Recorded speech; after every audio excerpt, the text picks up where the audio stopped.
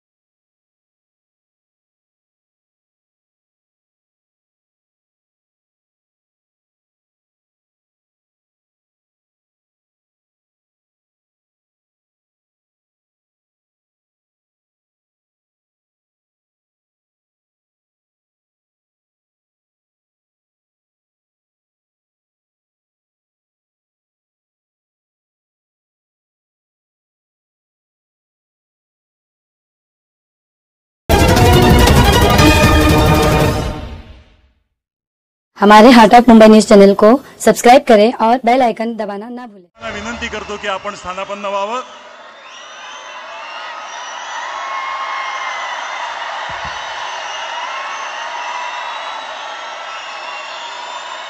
गेल्या काही वर्षात जरा थोडंसं माझं ऐकून घ्या.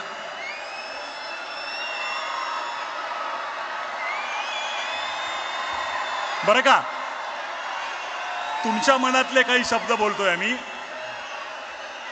गेल्या काही वर्षात शेकडो मित्रांनी हजार वेळा हा प्रश्न तुमच्यातल्या अनेक जणांना विचारला असेल, किंबहुना इथे उपस्थित प्रत्येकाच्या मनातला हा प्रश्न असेल की येतील का रे दोन भाऊ एकत्र.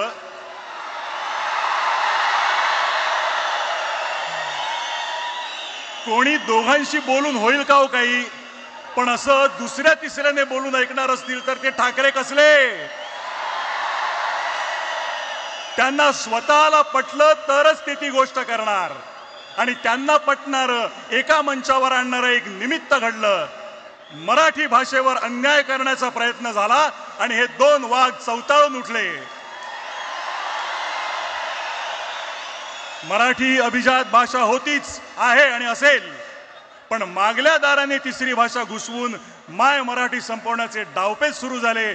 आणि ते उधळून लावण्यासाठी हे दोघे आणि इतर सर्व राजकीय पक्ष जे समोर बसलेत ते आपापसातले मतभेद विसरून सगळे एकत्र उभे ठाकरे, सगळे एकत्र उभे ठाकरे ठाकले. फक्त राजकीय पक्ष नव्हे तर अनेक सामाजिक संघटना, साहित्यिक, कलावंत, पत्रकार, शेतकरी, कामगार आणि मराठी माणूस एक झाला. सर्वांची भावना एक झाली. महाराष्ट्रावर केली सक्ती तर आम्ही दाखवू आमची शक्ती. आणि ही शक्ती दिसताच समस्त मराठी जनांना अन्यायकारक वाटणारा तो शासन निर्णय मागे घेण्यात आला. सर्वांबरोबर तुम्हा दोघांचंही हार्दिक अभिनंदन. मी आता माननीय राजसाहेब, आपण बऱ्याच वेळा हे बोलला आहात की भाषा मारली की संस्कृती संपवता येते, स्वातंत्र्य संपवता येतं. आपली मराठी संस्कृती जपण्यासाठी ती जाणून घेणं गरजेचं आहे. वाचन संस्कृती वाढणं, उत्तम संगीत, नाटक, चित्रपट होणं, मराठी ही व्यवहाराची आणि रोजच्या जगण्याची भाषा होणं असं तुम्ही मानता. परवाच तुम्ही बोलताना म्हणालात की बाकी काहीही चालेल पण मराठीच्या बाबतीत तडजोड नाही. आज ह्या दिवशी तुम्हाला भाषा, मराठी माणूस, महाराष्ट्र याबद्दल काय बोलावं असं वाटतं ते ऐकण्यासाठी आम्ही उत्सुक आहोत. मी विनंती करतो माननीय श्री राजसाहेब ठाकरे यांना की त्यांनी आपलं मनोगत व्यक्त करावं.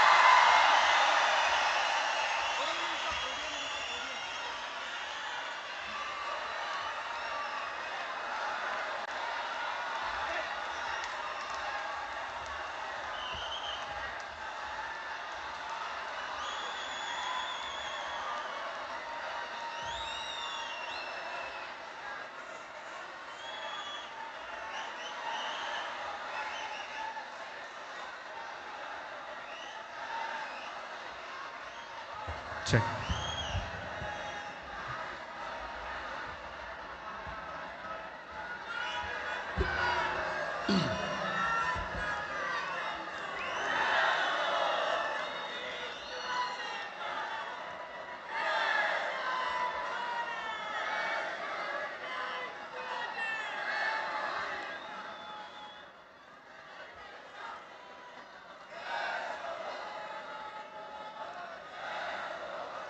सन्माननीय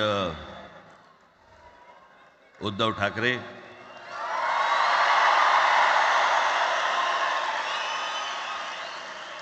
आणि माझ्या जमलेल्या सर्व तमाम मराठी बांधवांनो, भगिनींनो आणि मातांनो,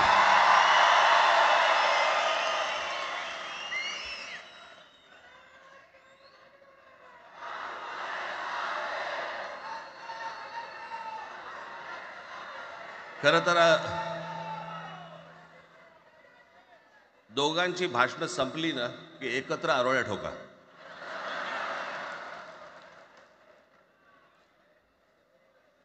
खरं तर आज मोर्चा निघायला पाहिजे होता.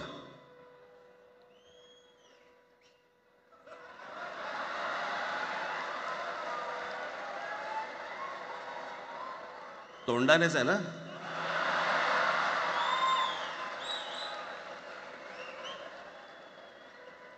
बस बस. मोर्चा खरं तर निघायला पाहिजे होता.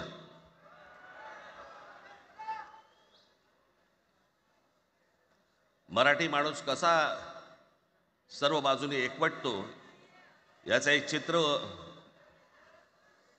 मोठ्या प्रमाणावरती उभं राहिलं असतं.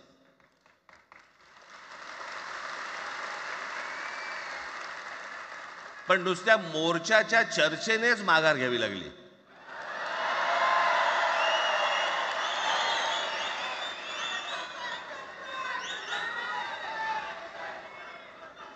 खरं तर आजचाही मेळावा हा खरं तर शिवतीर्थावरती मैदानात व्हायला पाहिजे होता.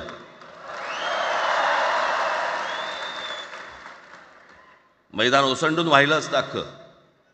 पण पाऊस आहे, पावसामध्ये सगळ्या ठिकाणी अशा प्रकारचे काही जागा मिळत नाहीत फारशा मुंबईमध्ये, आणि म्हणून आज तुम्हाला सर्वांना इथे यावं लागलं. मी बाहेर जे उभे आहेत त्यांची मी दिलगिरी व्यक्त करतो की त्यांना आतमध्ये येता नाही आलं, परंतु आता काही स्क्रीनवरती आटपा.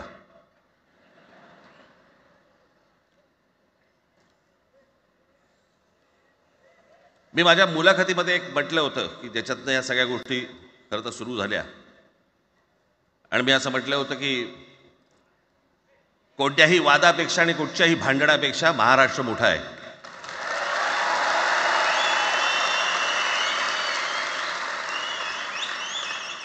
आज जवळपास 20 वर्षानंतर मी आणि उद्धव आम्ही एका व्यासपीठावरती आज येतो आहोत.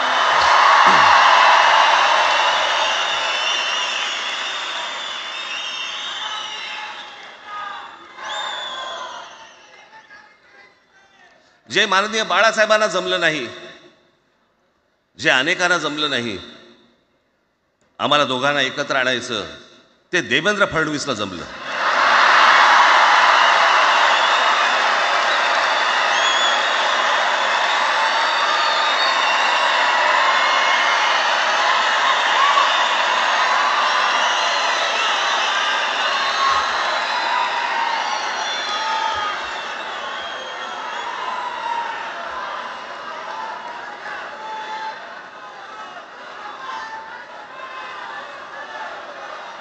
आता बऱ्याच सगळे चॅनल्सचे सगळे कॅमेरे तिकडे लागलेत, इकडे लागले, इकडे लागलेत. आता संध्याकाळी सगळं सुरू होईल. आता काय वाटतं, काय दोघांची बॉडी लँग्वेज कशी होती? कोणी कमी हसलं का, कोणी जास्ती हसलं का, कोणी बोलतायत का? आपल्याकडे मूळ विषय सोडून इतर गोष्टींमध्येच फार रस असतो अनेकांना. खरं तर आजचा हा मेळावा, मोर्चालाही तीच घोषणा होती, आजच्या मेळाव्यालाही तीच घोषणा आहे की कुठचाही झेंडा नाही, मराठी हाच अजेंडा.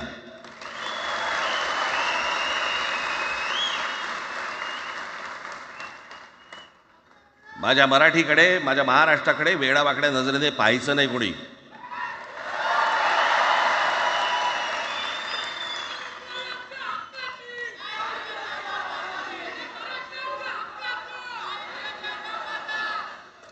ठरलं ना आपलं सगळ्यात शेवटी द्यायच्या घोषणा. बसा, शांत बसा. खरं तर हा प्रश्नच अनाठाई होता, काही गरजच नव्हती. हे कुठून अचानक हिंदीचं आलं मला काही कळलं नाही मला.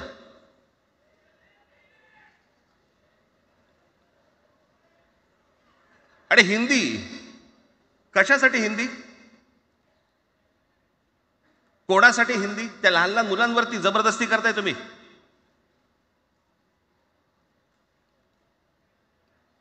कोणाला विचारायचं नाही, शिक्षण तज्ज्ञांना काही विचारायचं नाही, कोणाला काही विचारायचं नाही. बस आमची सत्ता आहे, आमच्याकडे बहुमत आहे, आम्ही लादणार.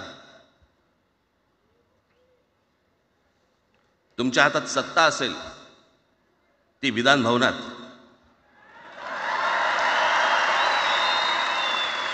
आमच्याकडे सत्ता आहे रस्त्यावर.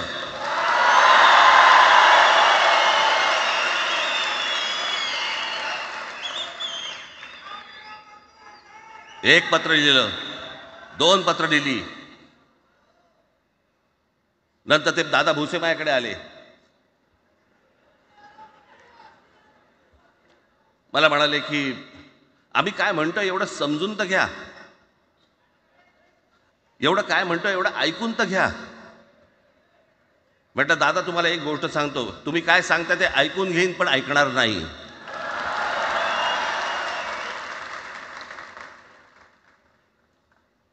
मराठीच्या विषयामध्ये त्याच्यात तुम्ही तिसरी भाषा लादताय.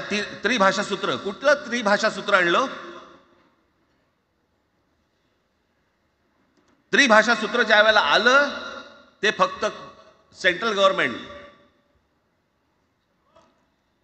आणि राज्य सरकार, केंद्र सरकार आणि राज्य सरकार यांच्यामधल्या दुव्यासाठी म्हणून हे त्रिभाषा सूत्र फक्त आणलं. आज कोर्टातही नाही, तुम्ही हायकोर्टात जा, सुप्रीम कोर्टात जा, इंग्रजीमध्ये सगळ्या गोष्टी होतात. कुठे आहे त्रिभाषा सूत्र? मग मला सांगायला लागले म्हणे केंद्रीय शिक्षण धोरणामध्ये, त्या धोरणातही नाही, केंद्राच्या शिक्षण धोरणात, इतर कोणत्या राज्यातही नाही.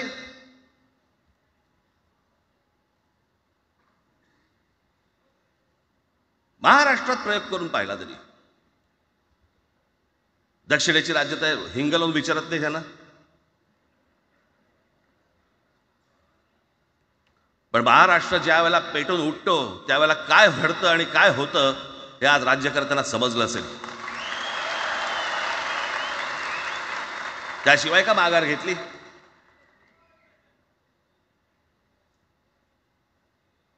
विनाकारण आणलेला विषय होता. मी त्याशी त्या भुसेनं सांगितलं, म्हटलं मला सांगा उत्तर प्रदेश, बिहार, राजस्थान, मध्य प्रदेश कोणती तिसरी भाषा आणणार आहेत? खरं तर आणली पाहिजे.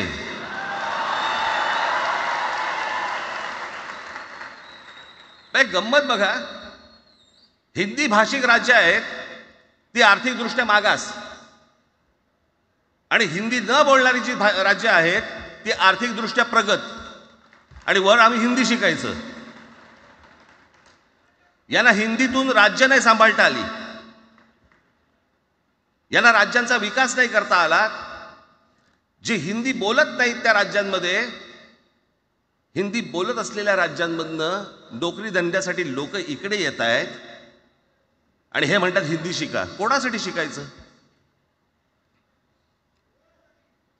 5वी नंतर काय हिंदी चित्रपट सृष्टीमध्ये जाणार आहेत पोरगा?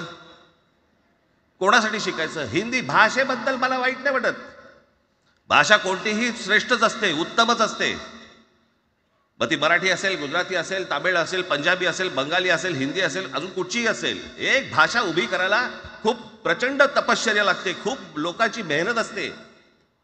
एक लिपी उभी करायला खूप प्रचंड ताकद लागते.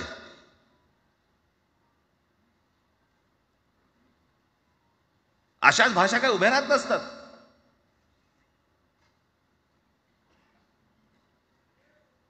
आणि या भाषेचं नवीन कुठून आणलं? त्याशी ते अमित शहा म्हणाले ज्याला इंग्रजी येतं त्याला पुढे म्हणे लाज वाटेल म्हणे मला इंग्रजी येतं. अरे तुम्हाला नाही येत?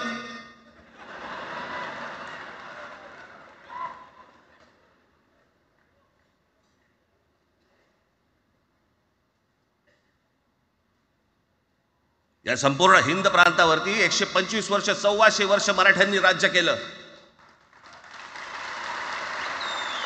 1400 वर्ष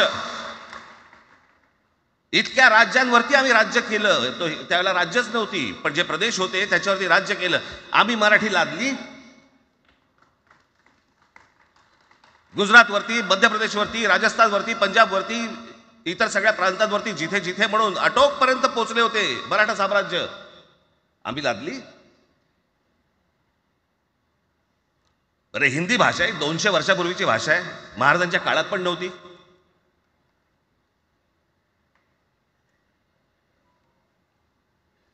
कशासाठी आणि कोणासाठी आणि काय करायचे नेमकं?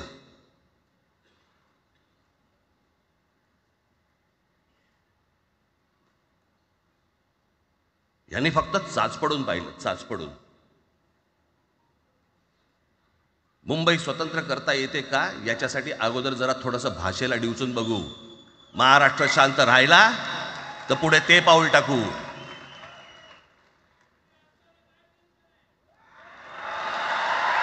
कोणाची माय व्हॅली आहे त्यांनी महाराष्ट्राला हात घालून दाखवावं, मुंबईला हात घालून दाखवावं.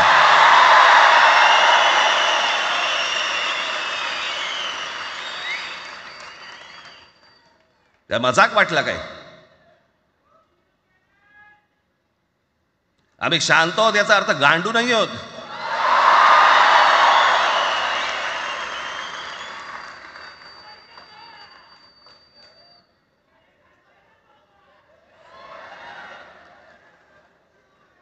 काही अंगावरती लादायचा प्रयत्न करता आणि मग आता माघार घेतली ना, मग माघार घेतली त्याचं काय करायचं? मग वेगळ्या ठिकाणी वळवा सगळं प्रकरण, वेगळ्या ठिकाणी. म्हणजे कुठे? ठाकरेंची मुलं इंग्रजी मीडियम मध्ये शिकली, बरं मग पुढे? म्हणजे दादा भुसे मराठी मीडियम मध्ये शिकून शिक्षण मंत्री झाले, देवेंद्र फडणवीस इंग्रजी मीडियम मध्ये शिकून मुख्यमंत्री झाले. कुठे काय शिकले याचा काय संबंध?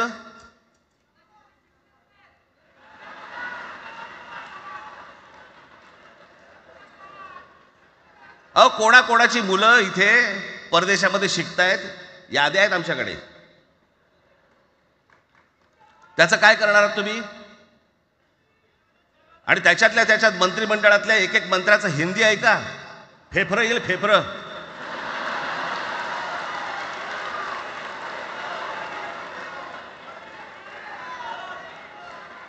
हे असले प्रश्न महाराष्ट्रातच विचारले जातात. आता मी तुम्हाला अजून एक गोष्ट सांगतो.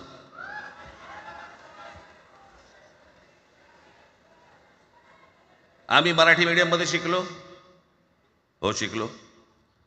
आमची मुलं इंग्रजी मीडियम मध्ये शिकली, हो शिकली. मग याच्यावरती तुम्ही प्रश्न काय उपस्थित केला? ह्यांना मराठीचा पुळका कसा, हे इंग्रजी मीडियम मध्ये टाकतात. बरं, सन्माननीय माननीय बाळासाहेब ठाकरे आणि माझे वडील श्रीकांत ठाकरे हे इंग्रजी मीडियम मध्ये शिकलेले आहेत. या दोघांवरती तुम्ही मराठीबद्दल शंका घेऊ शकता का?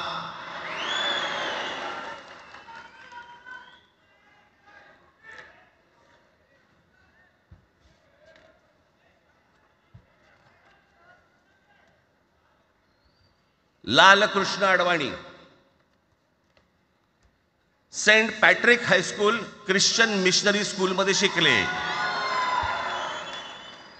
हिंदुत्वावर शंका घेऊ का त्यांच्या? कॉन्व्हेंट स्कूल मध्ये शिकलेले आहेत अडवाणी. दक्षिण भारतामध्ये बघा, तमिळच्या प्रश्नावरती, तेलुगूच्या प्रश्नावरती कडवटपणे समोर येऊन उभे राहतात. पण विचारते तर ना, तुमची मुलं कुठे शिकली आणि तुम्ही कुठे शिकलात?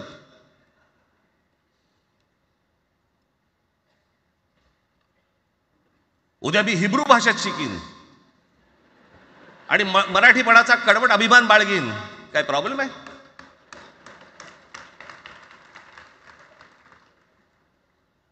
मी आता तुमच्याकडे दक्षिणेतले इंग्रजीमध्ये, मी अगदी थोडक्यात यादी आणली आहे. दक्षिण भारतातील इंग्रजी माध्यमात शिकलेले नेते आणि अभिनेते: Jayalalithaa, Doveton English medium school, Stalin English medium school लायला, Kanimozhi Presentation Convent School, Udhayanidhi म्हणजे करुणानिधींचा नातू, डॉन बॉस्को, चंद्रबाबू नायडू वडील इंग्लिश टीचर होते, शिक्षण इंग्रजी माध्यमात झालं, पवन कल्याण आंध्र उपमुख्यमंत्री, शिक्षण सेंट ॲन, नारा लोकेश NTRचा नातू चंद्रबाबूंचा मुलगा, Stanford school, Kamal Haasan Santhome high school, अभिनेता विक्रम मॉटफोर्ड स्कूल, अभिनेता Suriya English medium, AR Rahman आधी पद्मशेषाद्री बालभवन आणि नंतर मद्रास कृष्णनी हायस्कूल. परवा दिवशीचा एक प्रसंग सांगतो. एका व्यासपीठावरती तामिळनाडूमध्ये AR रहमान व्यासपीठावरती उभे होते, काहीतरी कार्यक्रम होता, त्या बाई तामिळमध्ये बोलत होत्या. अचानक ती बाई हिंदीत बोलायला लागली. त्याच्यावरती रहमानने तिच्याकडे असं बघितलं, बोलला हिंदी, आणि व्यासपीठावरनं खाली उतरला.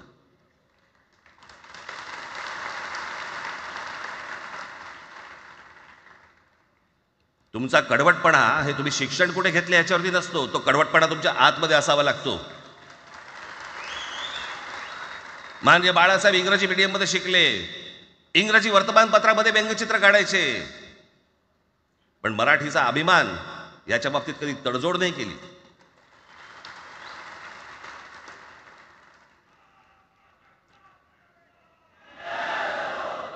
म्हणे एक भाषा म्हणे सगळ्यांनाच बांधून ठेवते. कुठची एक भाषा? आजपर्यंत काय वाकडं झालं? म्हणजे आपल्या संरक्षण खात्यामध्ये घ्या, आपल्या संरक्षण खात्यामध्ये जेवढी रेजिमेंट्स आहेत, मी फक्त तुम्हाला नावं वाचून दाखवतो.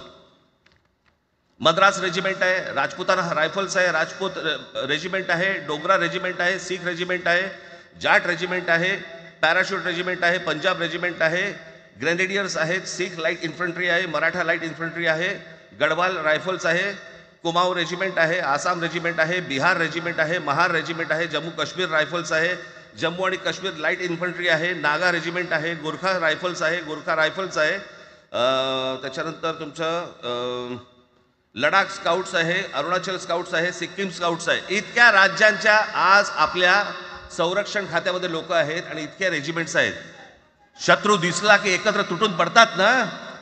भाषेचा प्रश्न येतो कुठे?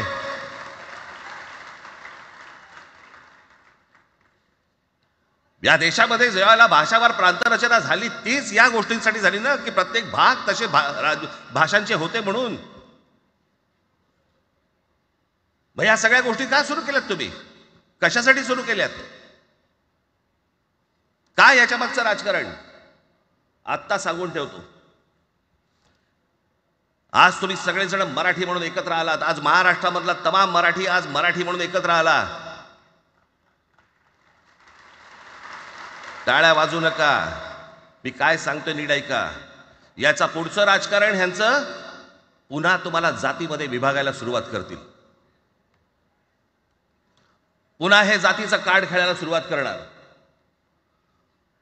मराठी म्हणून तुम्हाला कधी एकत्र येऊ देणार नाहीत. हे जातीपातीमध्ये विभागायला सुरुवात करतील. आता हे सुरू केलं. काल कोणाच्या ते व्यापाऱ्याच्या कानफडीत मारली मीरा भाईंदरला. त्याच्या काय इथे लिहिलं होतं काय गुजराती?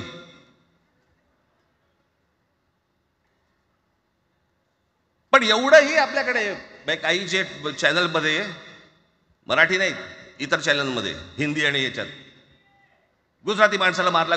कुठच्या गुजराती माणसाला मारला? बाचाबाचीमध्ये समोरचा गुजराती निघाला, इकडचा मराठी निघाला. त्याच्यामध्ये काय गुजरात्यानं मारलं का? केवढे व्यापारी आहेत. अजून तर काहीच केलेलं नाही.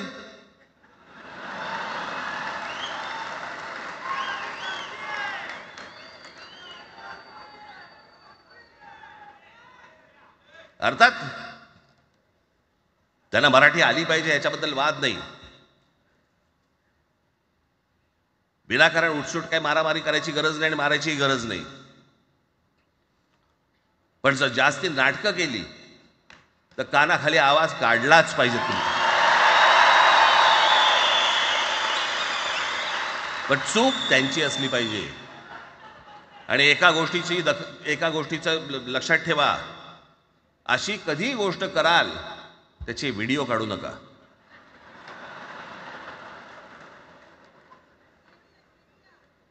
आपल्यामध्येच त्यांना कळलं पाहिजे. कळलं का? मारणारा कधी सांगत नसतो, मार खाणारा सांगत असतो मला मारला म्हणून. त्यांना सांगू देत. पण याचा अर्थ उठसूट कोणालाही उगाच मारायचं काही कारण नाहीये. अनेक लोक आहेत, अनेक गुजराती लोक आहेत, माझ्या अनेक परिचयाचे आहेत. माझे एक मित्र आहेत नयन शहा म्हणून, त्याला मी गुजराठी म्हणतो. तुमचा विश्वास बसणार नाही इतकं अप्रतिम मराठी तर बोलतोच, विनोदाचंही अंग आहे. आणि शिवाजी पार्क मैदानामध्ये फिरताना कानाला हेडफोन लावून पु ल देशपांडे ऐकणारा गुजराती आहे.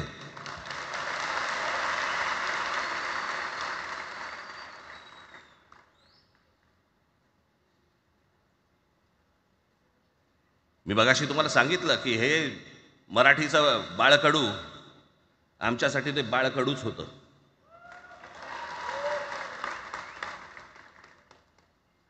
मी मागे एक प्रसंग सांगितला होता, आज मुद्दामून तो प्रसंग सांगतो आपल्याला की हे आमच्या धमन्यांमध्ये आलं कुठून. मी एवढा महाराष्ट्रासाठी मराठीसाठी कडवट का झालो. लहानपणापासूनचे अनेक प्रसंग आहेत माननीय बाळासाहेबांबरोबरचे, पण मी एक प्रसंग कधीही विसरणार नाही.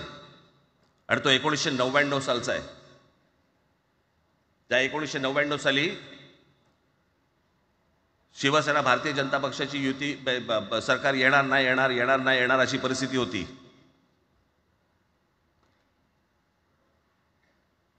पवार साहेब त्यावेळेला त्यांनी राष्ट्रवादी काँग्रेस पक्ष स्थापन केला होता. वेगवेगळे लढले होते. आणि मग सगळ्या त्या वादामध्ये, शिवसेना भारतीय जनता पक्षाच्या त्या वादामध्ये काहीच होईना. दिवसामागून दिवस चाललेत, परंतु काही होईना. एके दिवशी मी मातोश्रीला खाली बसलो होतो, दुपारची वेळ होती. अचानक 2 गाड्या लागल्या. साधारणपणे 3:30-4 वगैरे वाजले असते.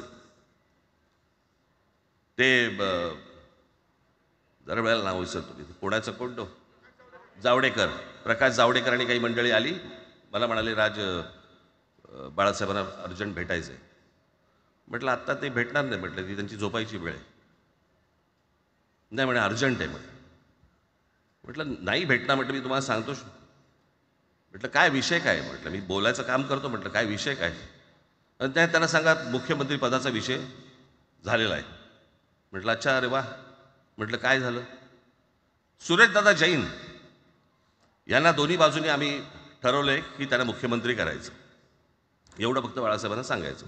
ठीक आहे. मी वर गेलो. रूममध्ये काळोख, शांतता. आम्ही अरे तुरेमध्ये बोलायचो म्हणून मी हाक मारली. म्हटलं हे काका गाढ झोपले होते. म्हटलं काका उठ. ए काका उठ. बघितलं माझ्याकडे. काय रे. म्हटलं नाही, ते सगळे खाली जावडेकर वगैरे सगळी मंडळी आली आहेत. म्हटलं बरं मग. नाही ते म्हणतात ते मुख्यमंत्रीपदाचा विषय झाला आहे म्हणून. म्हटलं पण ते मला काय झालं. ते म्हणाले सुरेशदादा जैन यांना मुख्यमंत्रीपदासाठी दोन्ही जणांनी सांगितलं की करायचं म्हणून. असं माझ्याकडे बघितलं त्यांनी. त्यांना जाऊन सांग महाराष्ट्राचा मुख्यमंत्री मराठीच होईल, दुसरा कोणी होणार नाही.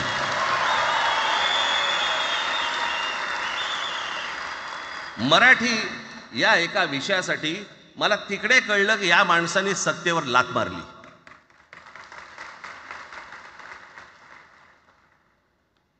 हे संस्कार ज्या पोरावरती झाले असतील तो मराठीसाठी तडजोड करेल काय.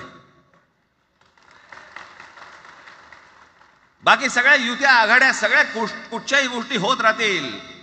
महाराष्ट्र, मराठी माणूस, मराठी भाषा याच्यावर तडजोड होणार नाही. कोणत्याही परिस्थितीत होणार नाही.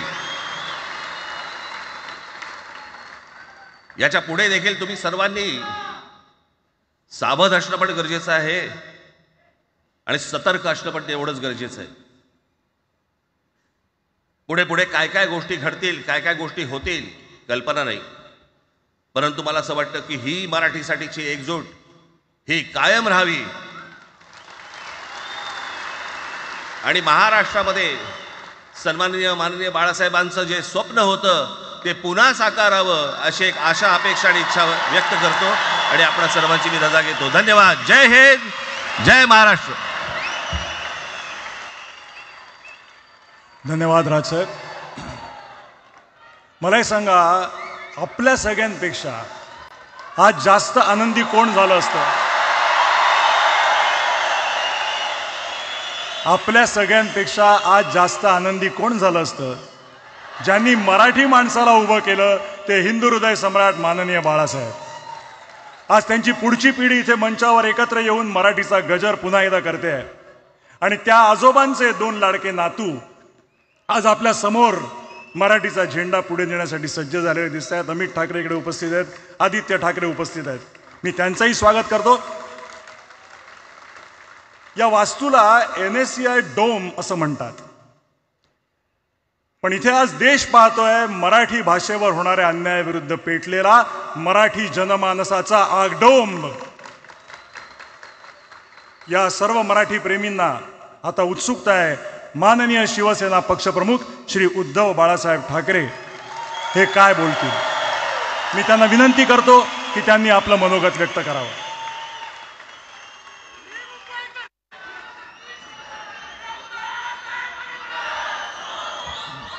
बातम्या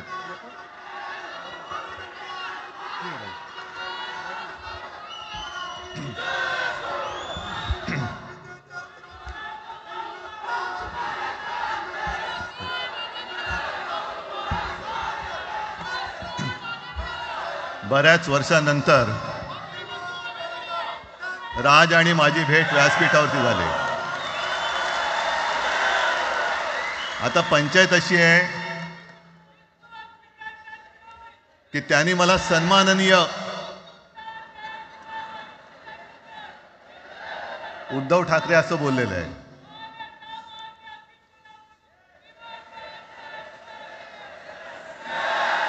ठीक आहे, आणि साहजिकच आहे की त्याचंही कर्तृत्व आपण सर्वांनी पाहिलेलं आहे.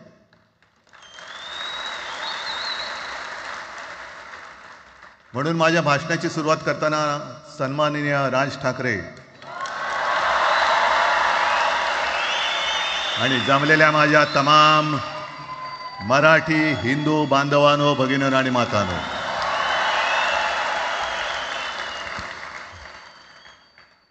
अप्रतिम मांडणी राजनी केलेली आहे. माझ्या भाषणाची काय आवश्यकता आहे असं मला वाटत नाही, कारण आजच्या कार्यक्रमाची घोषणा झाल्यानंतर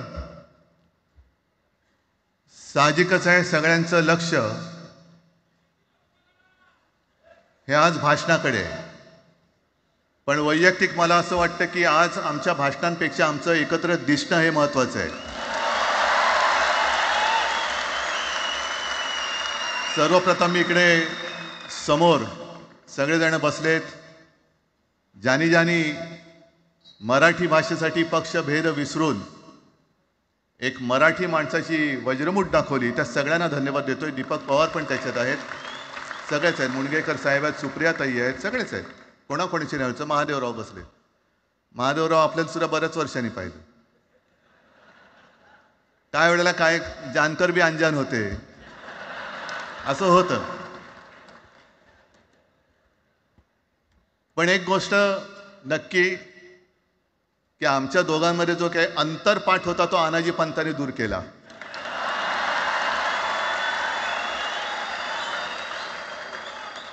आता अक्षता टाकण्याची काय तुमच्याकडनं अपेक्षा नाहीये. एकत्र आलोय एकत्र राहण्यासाठी.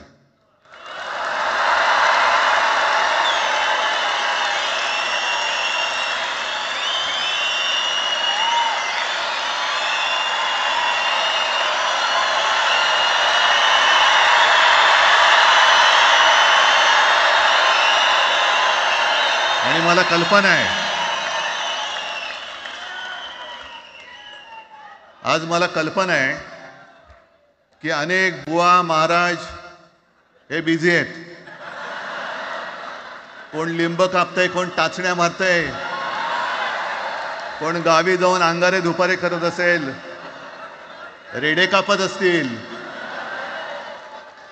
त्या सगळ्यांना सांगतो, या सगळ्या भोंदूपणा विरुद्ध माझ्या आजोबांनी लढा दिला होता आणि त्यांचे आम्ही वारसदार म्हणून तुमच्या समोर उभे ठाकलेलो आहोत.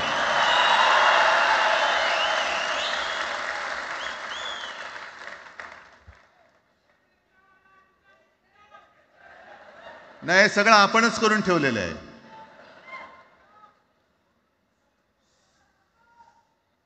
भाषेवरनं जेव्हा एखादा विषय निघतो तेव्हा तो केवळ वरवरचा धरून चालणार नाही. मधल्या काळामध्ये अगदी दोघांनी, म्हणजे मी काय, राजनैतिक आणि आपण सगळ्यांनी या नतद्रष्टांचा अनुभव घेतलेला आहे. वापरायचं आणि फेकून द्यायचं. आता आम्ही दोघं मिळून तुम्हाला फेकून देणार आहोत. आजपर्यंत वापर करून घेतलात. अरे डोक्यावरती जर का शिवसेना प्रमुख नसते तर तुम्हाला ओळखत कोण होतं या महाराष्ट्रामध्ये? कोणत्या भाषेत बोलत होतात? अगदी राज, तू सगळ्यांची शाळा काढली, मला एका प्रश्नाचं उत्तर पाहिजे, मोदींची शाळा कोणती? सगळ्यात उच्च शिक्षित आहेत.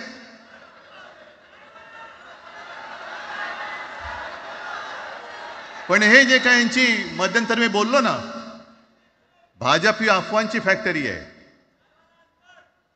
मधल्या काळात त्यांनी सुरू केलं होतं, उद्धव ठाकरेने हिंदुत्व सोडलं. हिंदुत्व ही कोणत्याही भाषेची मक्तेदारी नाही. आम्ही अस्सल मराठी बोलणारे तुमच्याही पेक्षा जास्त कडवट, कट्टर, देशाभिमानी हिंदू आहोत. तुम्ही काय आम्हाला हिंदुत्व शिकवताय? अरे 92-93 साली जेव्हा जे काय घडलं, देशद्रोही मातले होते, तेव्हा मुंबईतल्या अमराठी लोकांना सुद्धा हिंदू म्हणून माझ्या शिवसैनिकांनी, शिवसेना प्रमुखांच्या शिवसैनिकांनी व मराठी माणसांनी वाचवलेलं आहे. आणि देवेंद्र फडणवीस आज जे बोललेत, बातमी आले सगळीकडे, मी इकडे बातम्या आणल्यात.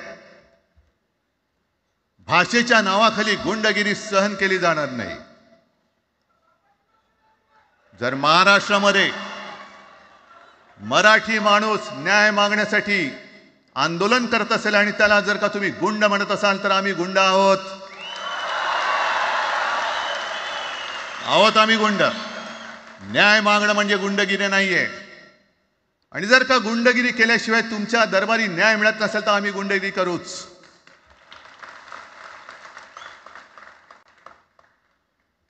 पण हे सगळे राजकीय वाडगे, देवेंद्र फडणवीसांची आजचं वक्तव्य म्हणजे मला संयुक्त महाराष्ट्र चळवळीच्या वेळेला सखा पाटलांनी केलेलं एक वक्तव्य आठवते. हे असेच तेव्हाचे, म्हणजे जो दिल्लीत बसतो त्याचे पाय चाटणारे इथले राज्यकर्ते असतात, ते त्यांना मी बाडगे म्हणतोय.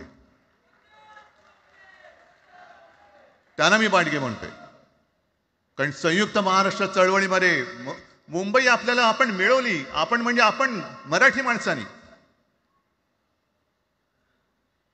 तेव्हाही तत्कालीन जे सत्ताधारी होते, हो अगदी काँग्रेस होतीच ना तेव्हा सत्तेवर,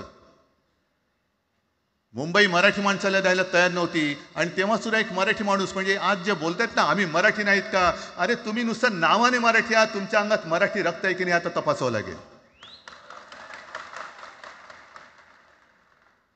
आणि सखा पाटील बोलले होते, यावश चंद्र दिवाकरो, मुंबई महाराष्ट्राला मिळणार नाही. कशी नाही मिळत? झुकवलं, वाकवलं, गुडघ्यावरती आणलं मराठी माणसानी. आणि मुंबई आपल्या हक्काची, तुम्ही आता जी घोषणा घेतली ना, दिली ना, ती मुंबई आपल्या हक्काची आपण लढून आपण मिळून घेतली.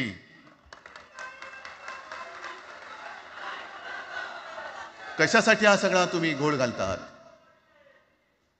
पण याच्या मागे मी जे माझ्या डोक्यात जो एक विचार आहे, पटतो की नाही बघा. हे यांचं सध्या जे काय चालू आहे, म्हणजे आधी आपल्याला सुद्धा वाटलं होतं.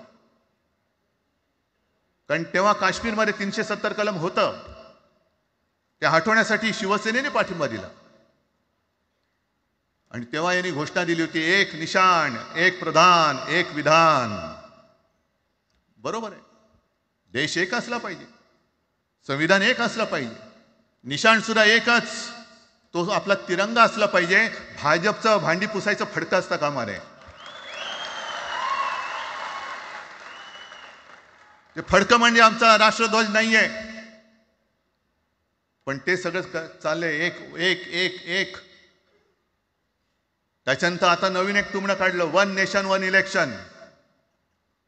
म्हणजे हळुवारपणाने हे सगळं काही एक एक एक करत, हिंदी, हिंदू, हिंदुस्तान, हिंदू आणि हिंदुस्तान मान्य आहे, पण हिंदीची सक्ती आम्हाला मान्य नाही. तुम्ही किती कमिट्या करा, हिंदीची सक्ती तुमचे 7 पिढ्या उतरल्या तरी आम्ही लावू देत नाही.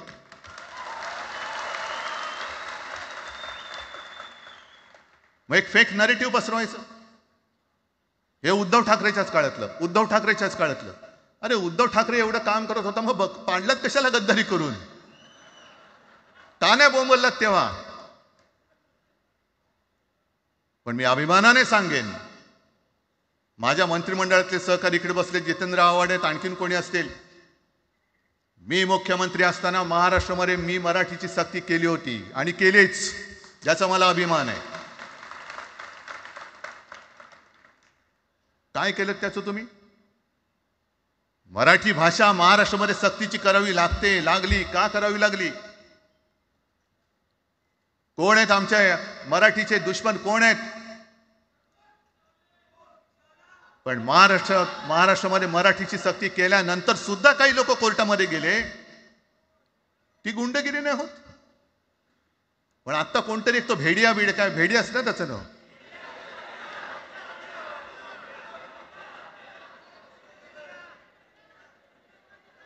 ही यांची सगळी पिलावळ आहे. तोडा फोडा आणि राज्य करा. आपण ज्या काही गोष्टी केल्या होत्या, हे म्हणतात म्हणे शिवसेनेने आजपर्यंत काय केलं? शिवसेना म्हणजे आता राज मी तुला माझ्या सोबतच घेतो, कारण आपण तेव्हा एकत्रच होतो, आता सुद्धा पुढे एकत्र चाललेलो आहोत. त्याच्यामुळे आपलं सगळं तेव्हाच म्हणतोय, आपला एवढ्या वर्षाचा कालखंड. मराठी माणूस म्हणे मुंबई बाहेर नेला. मराठी माणूस आम्ही मुंबई बाहेर नेला असं जर का तुम्हाला वाटत असेल, तर 14 सालानंतर तुम्ही मुंबई आणि महाराष्ट्राचे जे काही लचके तोडलेत, मुंबईतून सगळे उद्योगधंदे, महाराष्ट्रातून उद्योगधंदे सगळे पळवले, आर्थिक केंद्र गेलं, हिरे व्यापार गेला, मोठमोठी ऑफिसेस गेली. आपल्याकडे येणारे उद्योगधंदे जे आपल्या काळात येत होते ते कुठे गेले? मग काय तेवढाच हिंदुस्थान किंवा तेवढाच सगळे हिंदू आहेत? तेवढेच हिंदू आहेत. आम्ही सगळं करत होतो, केलं होतं. पण तुम्ही पहिल्या प्रथम आमच्यात गद्दारी करवलीत आणि तुम्ही आमचं सरकार पाडलं. ह्याचं कारण तुमचे जे मालक तिकडे बसलेले 2 व्यापारी, त्यांचे बूट चाटण्यासाठी तुम्ही हे सगळं करतात.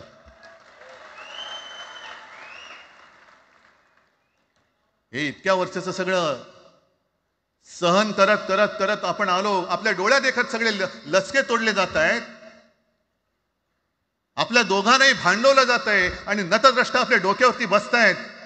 किती काळ सहन करायचंय? प्रत्येक वेळेला काही झालं की भांडाभांडी लावायची. आता सुद्धा तेच होणार. म्हणजे आम्ही एकत्र येणार, आल्यानंतर निवडणुकीपर्यंत एकत्र राहतील का? सत्ता प्राप्ती, काही जण म्हणतात की यांचा मराठीचा नाही, महापालिकेचा आहे. अरे नुसता महापालिकेचा नाही, तर आमच्या महाराष्ट्राचा आहे. आम्ही महाराष्ट्र सुद्धा काबीज करू.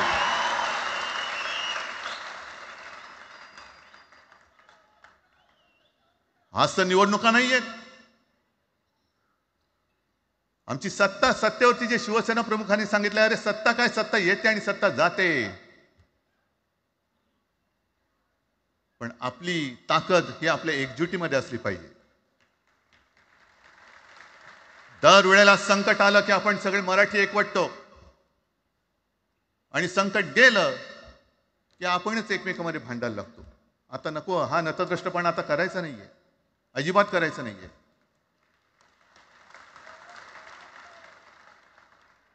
कारण गेल्या विधानसभेत त्यांनी जे काही केलं, बटेंगे तो कटेंगे.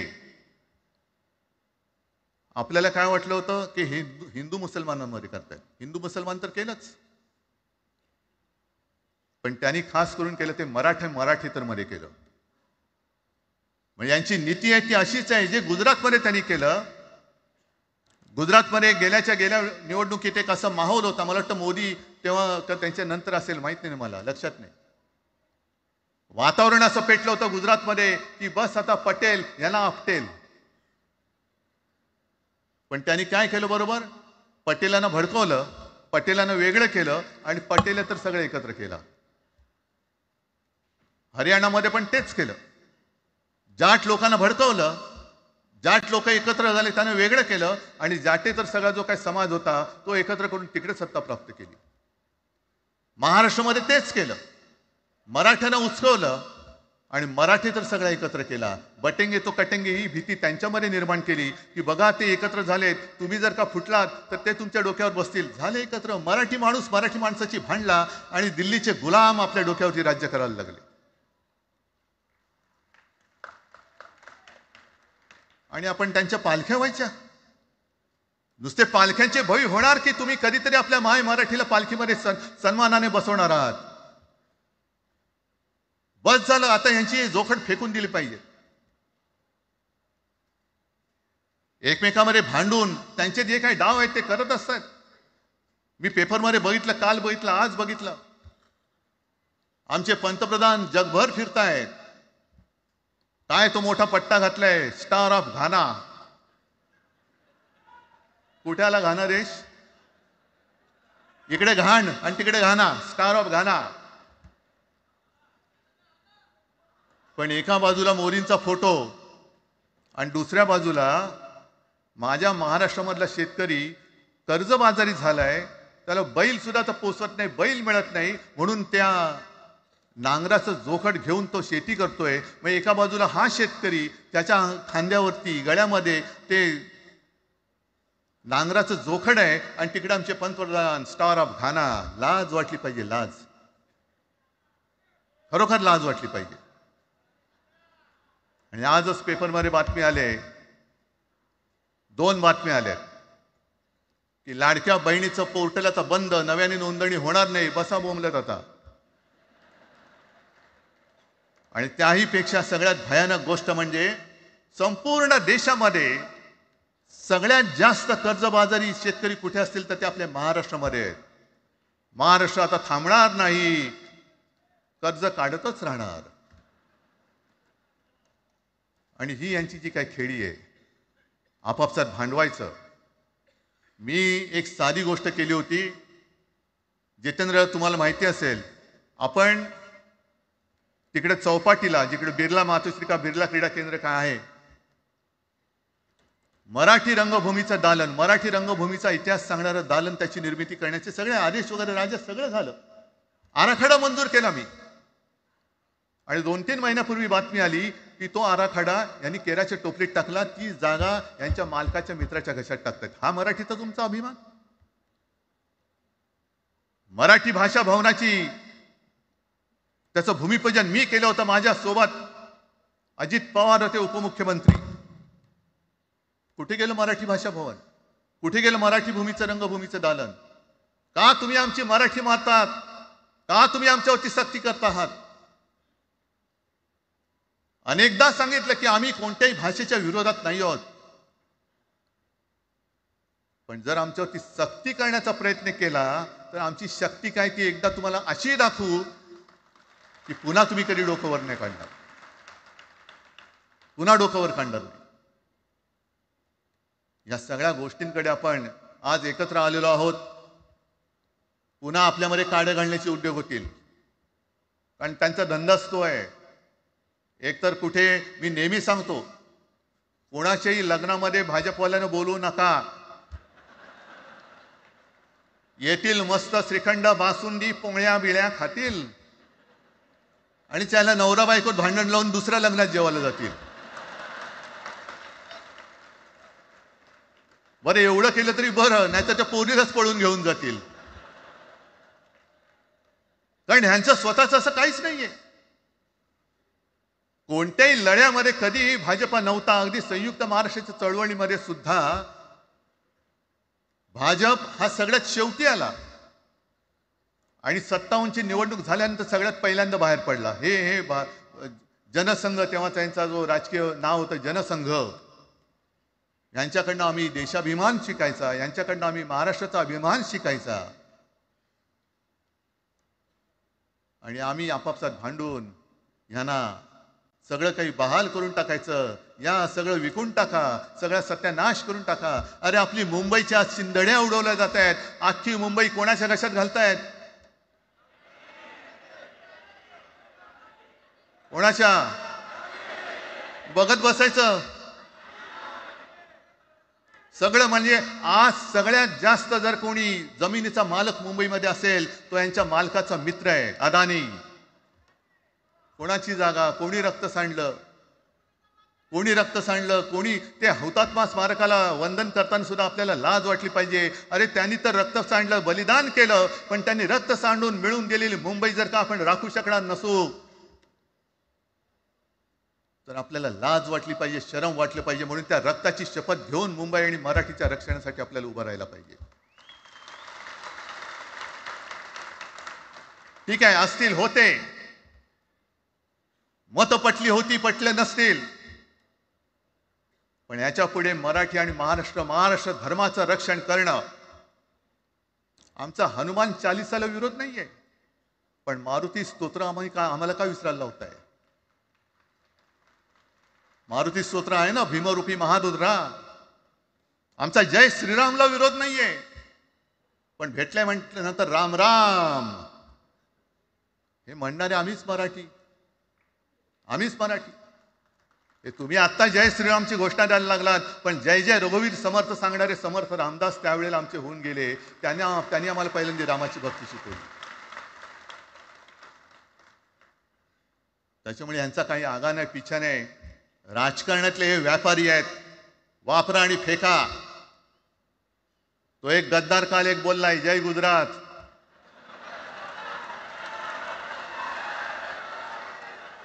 किती लाचारी करायची? तो पुष्पा पिक्चर पाहिल्यात तुम्ही सगळ्यांनी, दाढीवरनं हात फिरवून, झुकेगा नाही साला. तसे हे गद्दार म्हणतात, उठेगा नाही साला, कुछ भी बोलो उठेगा ही नाही. अरे कसा उठणार? आहे का तुझ्याकडे उठण्यासारखं? म्हणजे विचार मी म्हणतोय.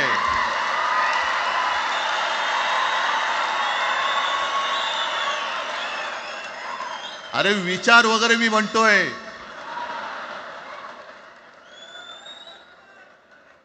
हिंदी भाषेच्या सक्तीला विरोध न करणारा बाळासाहेबांच्या विचाराचा पाईक असू शकेल?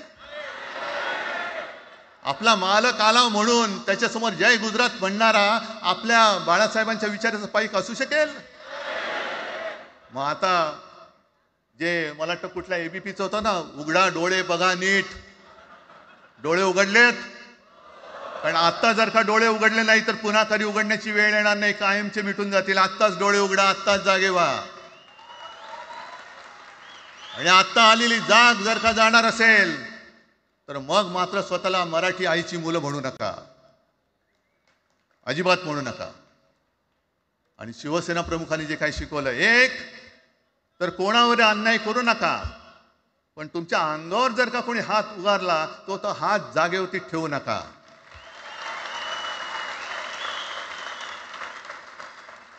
देवेंद्र फडणवीस भाषिक गुंडगिरी सहन करणार नाही तुम्ही म्हणता आहात.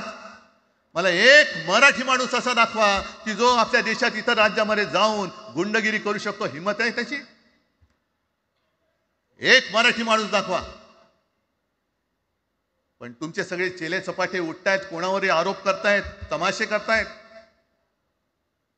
अरे कोणताही मराठी माणूस किंवा कोणताही भाषिक इतर प्रांतीय भाषेत तिकडे गेला, राज्यात गेला आणि दादागिरी करण्याचा प्रयत्न केला तर उभा चिरून टाकतील तिथली लोक. बंगालमध्ये जाऊन बघा, तमिळनाडूमध्ये जाऊन बघा. मग आम्ही आमच्या घरामध्ये आमच्या न्याय हक्काची गोष्ट केली, बरं कोणाशी भांडतो आम्ही? इथे सुद्धा काही अमराठी आले असतील, जसं राजने सांगितलं तसे आपले सगळ्यांचे अमराठी अनेक मित्र आहेत. पण त्यांच्यामध्ये आम्ही गुण्यागोविंदाने नांदतोय. मग हे गुण्यागोविंदाने नांदले, एकत्र राहिले तर आपली पोळी कशी भाजली जाईल. म्हणून तुम्ही आमच्या एकजुटीमध्ये विषाचा खडा टाकतात. हे सगळे तुमचे डाव आता उघड झालेले. तुम्ही वाटेल ते करा. पण मी आज महाराष्ट्राला आवाहन करतोय, म्हणजे विनंती करतोय की यापुढे कोणत्याही पक्षाचे आपण असू, जसं संयुक्त महाराष्ट्र समितीच्या वेळेला मराठी माणसाची एकजूट झाली होती, तशी एकजूट जर का आपण सगळ्या पक्षांनी मिळून, अगदी भाजपमधल्या मराठी माणसांनी सुद्धा त्याच्यामध्ये आलं पाहिजे.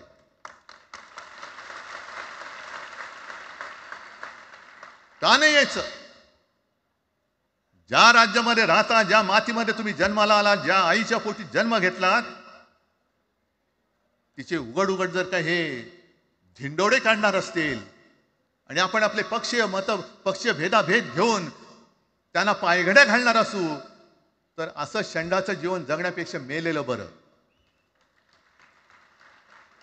महाराष्ट्र हा शूरांचा आहे, वीरांचा आहे, दगडांचा आहे, पण यांच्यासारखा धोंड्यांचा नाहीये. ही आपण आता एक शपथ घेतली पाहिजे. घेताय तुम्ही? घेतलेत की एकजूट केवळ आमचा कार्यक्रम. मी राजला परवा फोन केला, अरे जसं काय आपल्या पिक्चरचा प्रीमियर होता असं सगळेजण विचारतात आज कसं येऊ. हा प्रीमियर असेल, पण आजपासून सुरुवात झालेली आहे. आजपासून सुरुवात झालेली आहे. एक तर आम्ही कोणाशी दादागिरी करणार नाही, पण कोणी दादागिरी केली तर आम्ही ती सहनही करणार नाही. शिवसेना प्रमुखांनी तेव्हा जे सांगितलं होतं तेच परत एकदा सांगतोय. मराठा मराठेतर, ब्राह्मण ब्राह्मणेतर, 96 कोळी 92 कोळी, स्पृश्य अस्पृश्य, घाटी कोकणी, हे सर्व भेदाभेद गाडून मराठी माणसाची भक्कम एकजूट बांधा.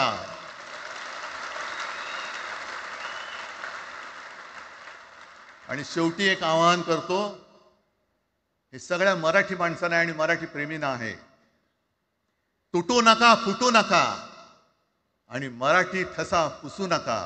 जय हिंद, जय महाराष्ट्र. धन्यवाद उद्धव साहेब. या कार्यक्रमाला खास जे उपस्थित राहिले होते, कॉम्रेड प्रकाश रेड्डी, सौ सुप्रिया सुळे, कॉम्रेड अजित नवले, महादेव जानकर साहेब, जयंत पाटील साहेब आणि जितेंद्र आव्हाड साहेब आणि इतरही अनेक नेते आहेत. त्यांचे पुन्हा एकदा आभार मानतो. आणि ही तर खरी सुरुवात आहे अनेक अनिष्ट गोष्टींचा शेवट करण्याची. मराठी भाषेसाठी आणि मराठी माणसासाठी असेच उत्सवी दिवस येत राहोत. माननीय राजसाहेब काही बोलू इच्छितात?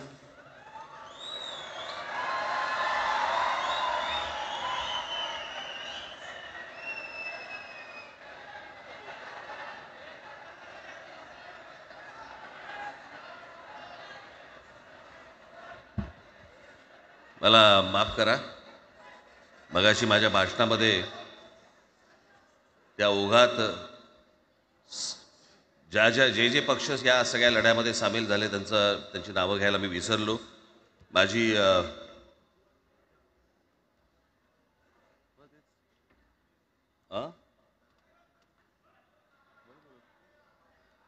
माझी विनंती आहे, कॉम्रेड प्रकाश रेड्डी, आपण कुठे आहात?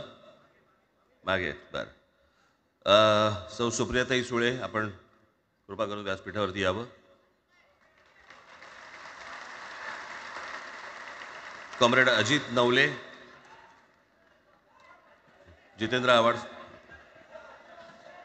महादेवराव जानकर, शेतकरी कामगार पक्षाचे आमचे जयंतराव कुठे गेले? मागे आहेत. बरं, आपण व्यासपीठावरती यावं सर्वांनी.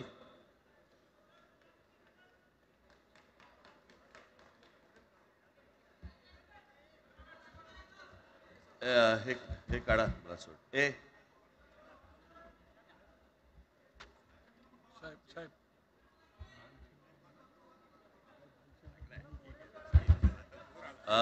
मुडगेकर साहेब, आपण पण मुडगेकर साहेब, आपण वरती यावं, व्यासपीठावरती यावं.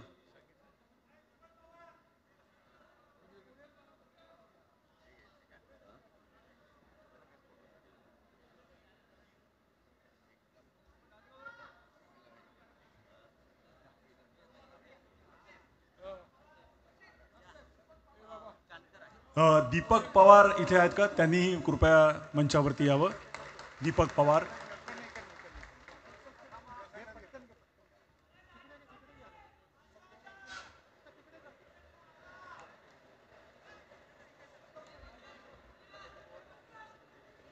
दीपक पवार इथे उपस्थित आहेत का? मागे कुठेतरी बसले असं मला कळलं.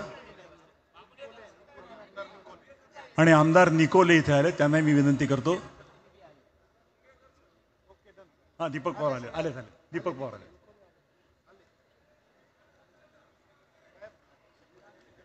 तर मंडळी, ही मी मगाशी म्हटलं तसं सुरुवात आहे. महाराष्ट्रातील प्रत्येक माणूस मराठी बोलताना पाहायचं असेल तर ही त्याची सुरुवात आहे.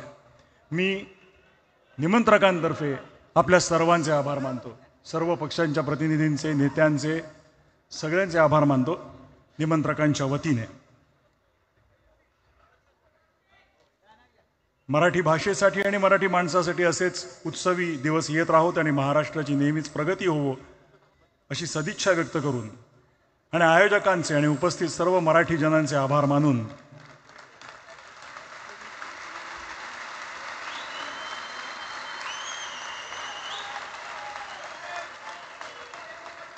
मी मगाशी सुरुवातीला जो म्हणालो हा एक महत्त्वाचा ऐतिहासिक क्षण आहे.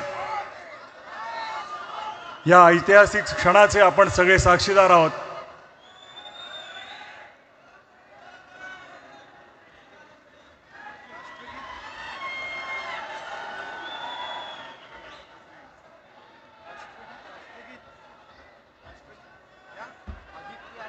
आणि माननीय आदित्य ठाकरे आणि अमित ठाकरे इकडे, त्यांनी कृपया मंचावरती यावं. आणि तेजस ठाकरे यांनी यावं.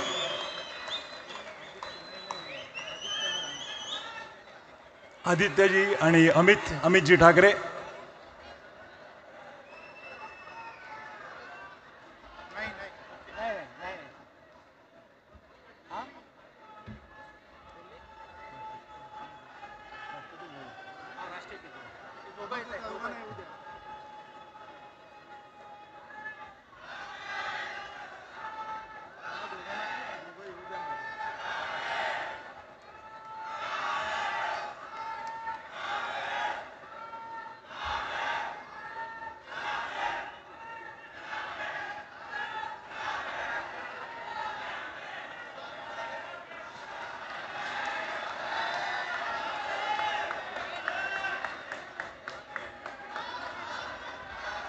आणि हो, संजयजी राऊत इकडे उपस्थित आहेत, त्यांनी इथे यावं.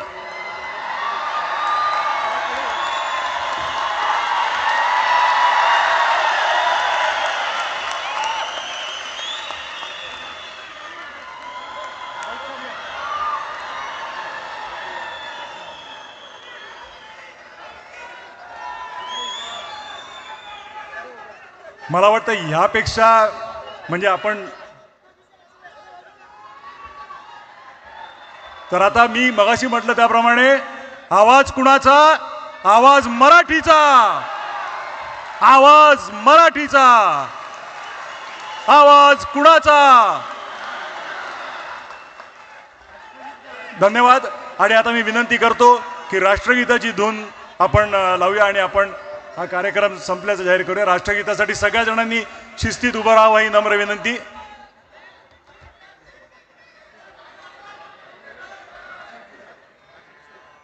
राष्ट्रगीत सुरू करत आहोत.